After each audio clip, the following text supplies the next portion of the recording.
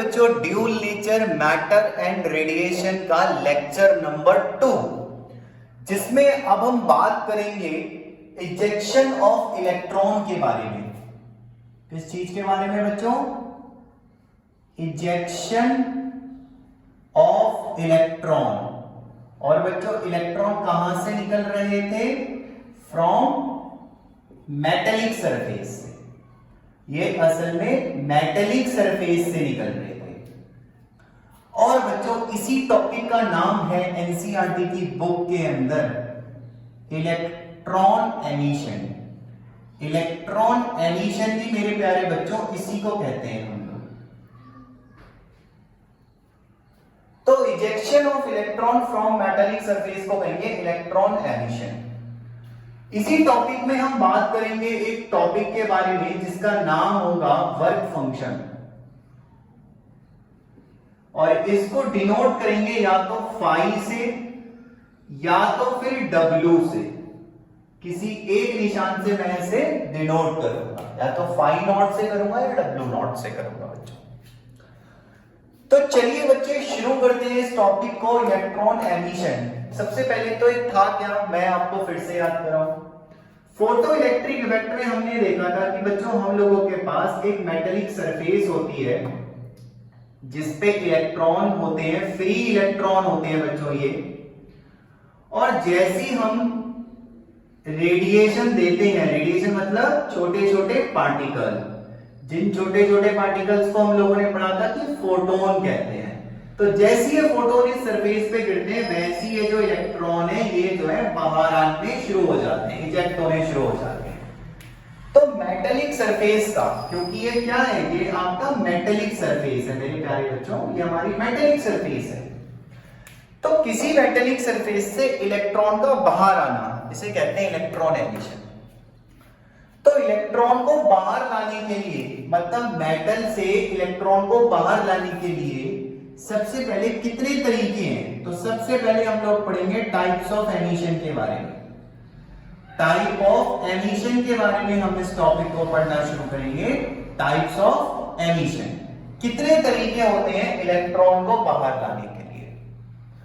तो बच्चों एनसीईआरटी की बुक में इस टॉपिक को देखो लिखा गया है इलेक्ट्रॉन एमिशन के नाम से।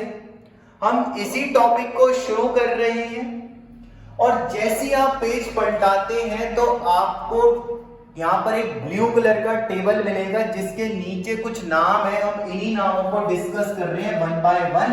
तो चलिए यहां देखिए, सबसे पहला तरीका होता है बच्चों थर्मियोनिक एमिशन। सबसे पहला तरीका क्या होता है बच्चों?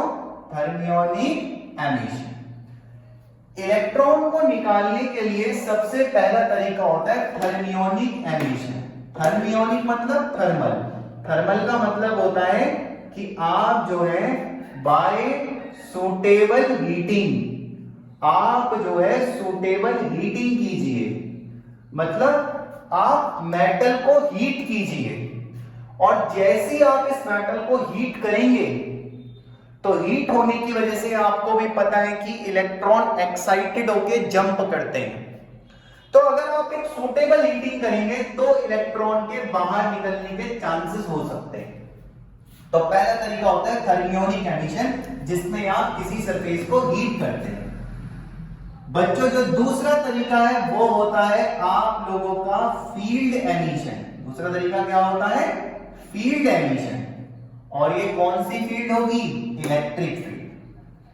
तो दूसरे तरीके में आप जो है bye strong electric field apply, आप दूसरे तरीके में एक स्ट्रॉन्ग इलेक्ट्रिक फील्ड अप्लाई करते हैं। जैसे मान लो आपको पता है कि एक साइड पूरा पॉजिटिव चार्ज है, एक साइड पूरा नेगेटिव चार्ज है। आप ऐसे सोचो, और ये बीच में कोई मेटल का सरफेस है जिसपे इलेक्ट्रॉन है मेरे प्यारे बच्चों। ऐसे इलेक्ट्रिक फील्ड पॉजिटिव से नेगेटिव की तरफ को होती है, आपको भी पता है। ऐसे ये देखिए, तो अगर ये इलेक्ट्रिक फील्ड बहुत ज्यादा स्ट्रॉन्ग है, बहुत ज्यादा स्ट्रॉन्ग है, कहते हैं 10 की पावर 7 पे होनी चाहिए। 10 की पावर 7 एक बहुत बड़ी वैल्यू होगी, आप समझ गए होंगे मेरी बात को। लाखों का मतलब इतनी बड़ी वैल्यू, जैसे 3-4 लाख नैनो कोलाम की इलेक्ट्रिक फील्ड, समझे? तो एक बहुत स्ट्रॉन्ग फील्ड अगर आप देंगे तो आपको पता है कि क्या होगा कि इस इलेक्ट्रॉन पे फोर्स लगते ही अट्रैक्ट होकर के बाहर आ जाएगा। तो इलेक्ट्रॉन बाहर आ जाएगा अट्रैक्ट होकर के। तो दूसरा तरीका होता है इलेक्ट्रॉन को मेटल की सरफेस से बाहर लाने के लिए, वो होता है स्ट्रॉन्ग फील्ड अप्लाई कर देंगे।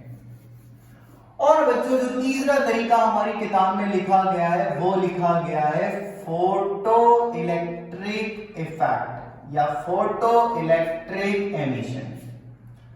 ये तरीका आपको पता ही है, आप इसके बारे में पढ़ ही रहे हो कि इसमें हम रेडिएशन देते हैं, सूटेबल रेडिएशन देते हैं। सूटेबल रेडिएशन देने से आपका इजेक्शन हो जाता है, जबकि हम शुरू से ही यही पढ़ रहे हैं कि एक सूटेबल हाई फ्रीक्वेंसी और लोअर वेवलेंथ का एक फोटोन मेटल में देंगे और उससे आपका इलेक्ट्रॉन बाहर आ जाएगा।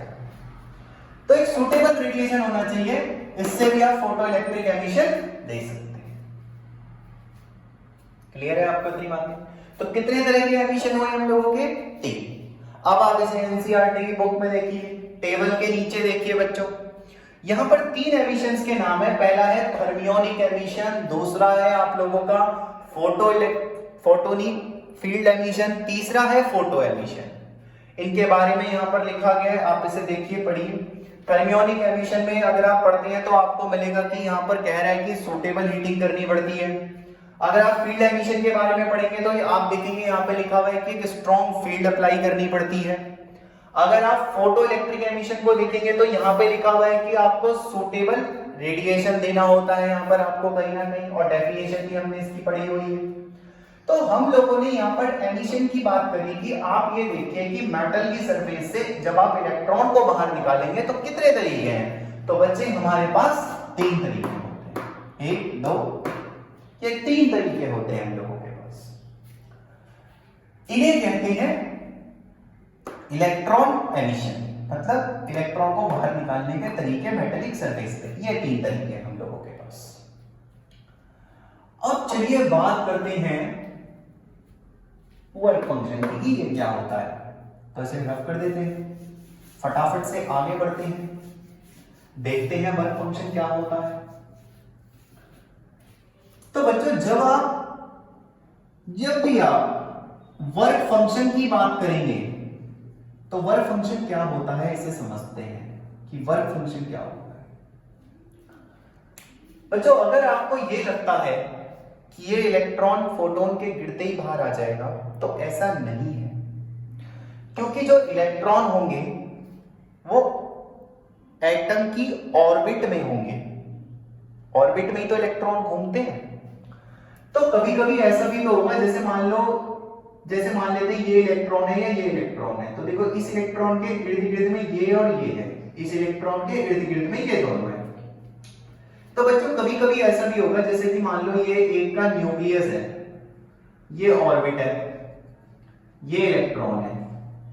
अब इसका देखो, ये न्यूक्लियस है, ये ऑर्बिट है और ये इलेक्ट्रॉन है। ऐसी बच्चों इस वाले का देखो, ये न्यूक्लियस है, ये ऑर्बिट है और ये इलेक्ट्रॉन है।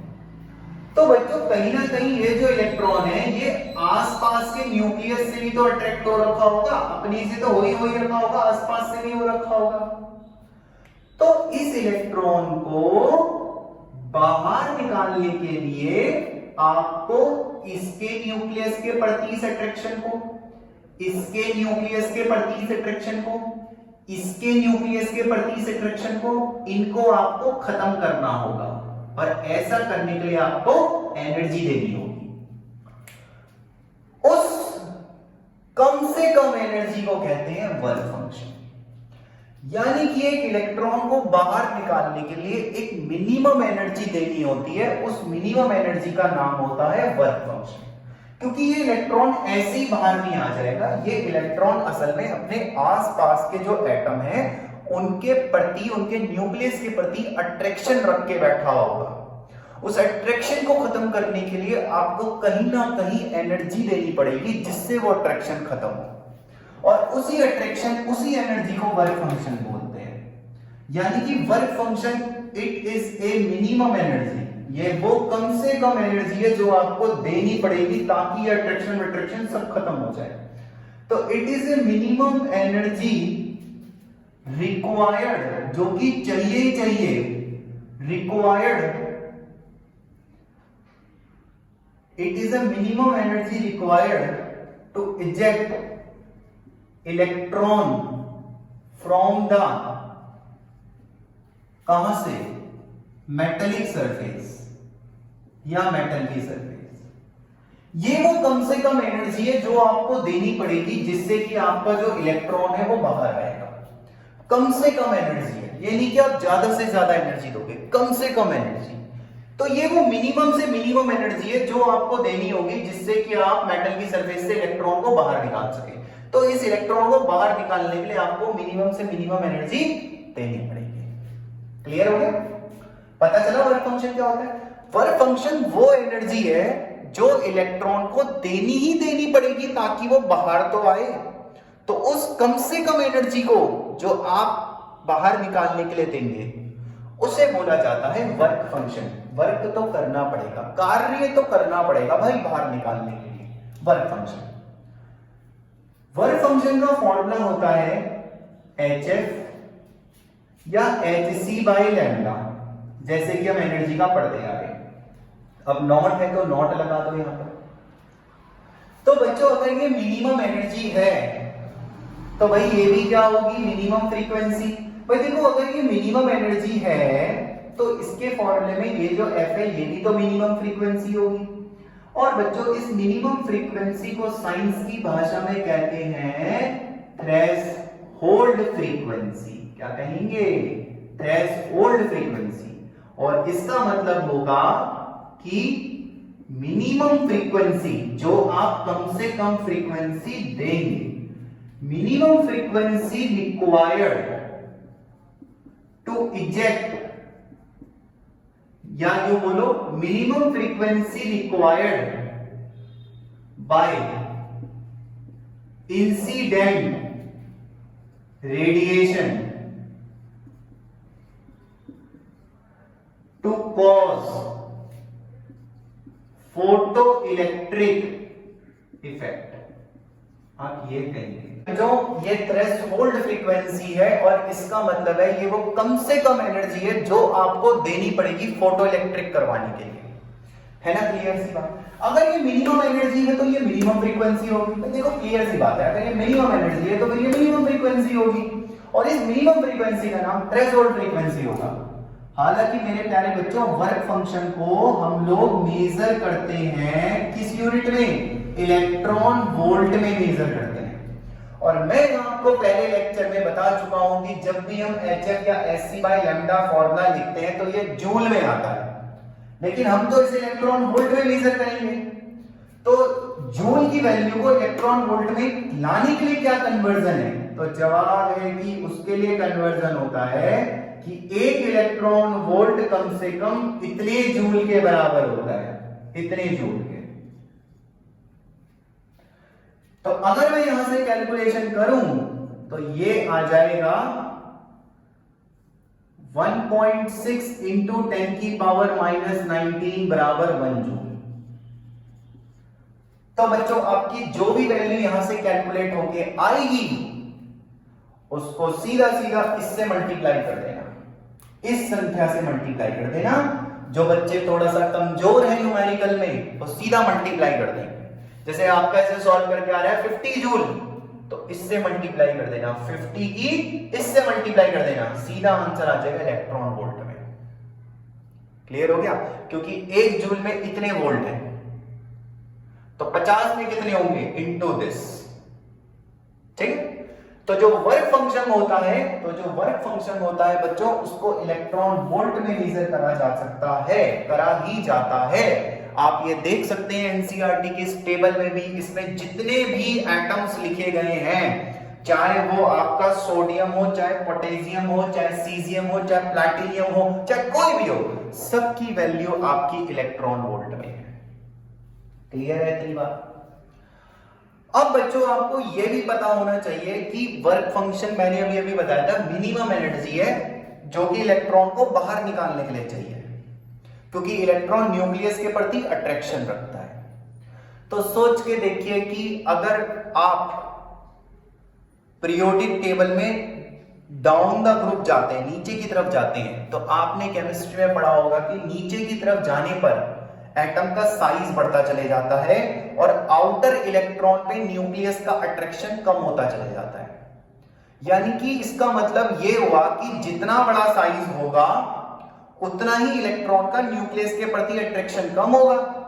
और हमारे लिए तो यह फायदा ही है, क्योंकि फिर ऐसे इलेक्ट्रॉन को आसानी से बाहर निकाल दिया जाएगा, क्योंकि इसका अट्रैक्शन कम है तो और भी कम एनर्जी चाहिए बाहर निकालने के लिए। इसका मतलब यह हो गया कि ये जो अब आसानी से ये बाहर आ रहा है इसे कहते थे वर्क फंक्शन।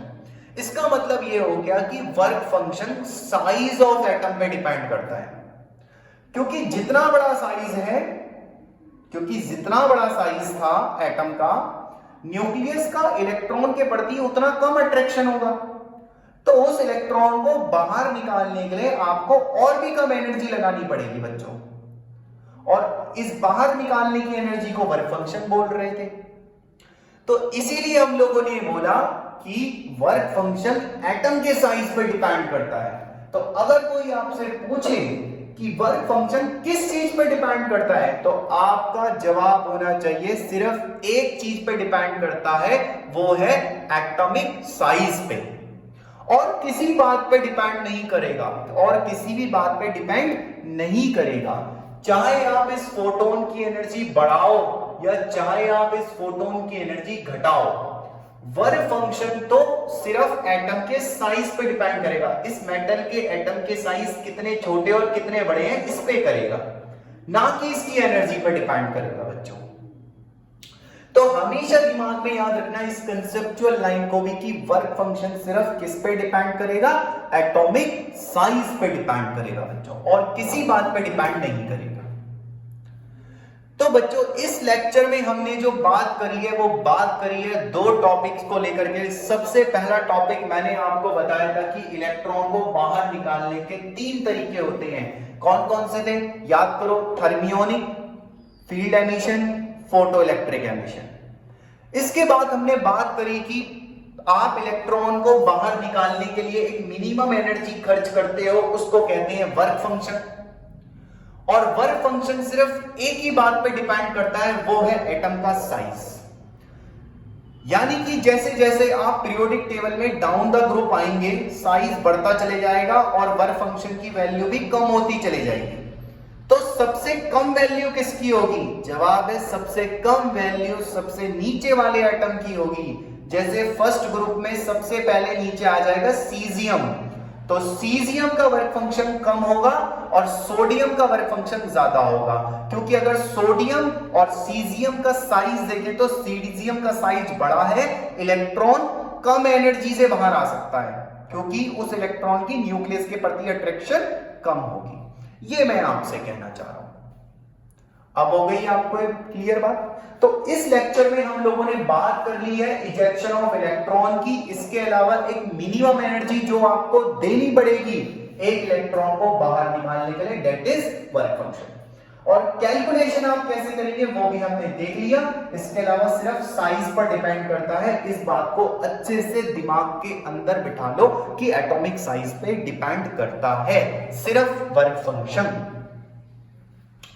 तो बच्चे आप अब इसे फटाफट से नोट डाउन करिए, बढ़ते हैं हम लोग नेक्स्ट लेक्चर की ओर।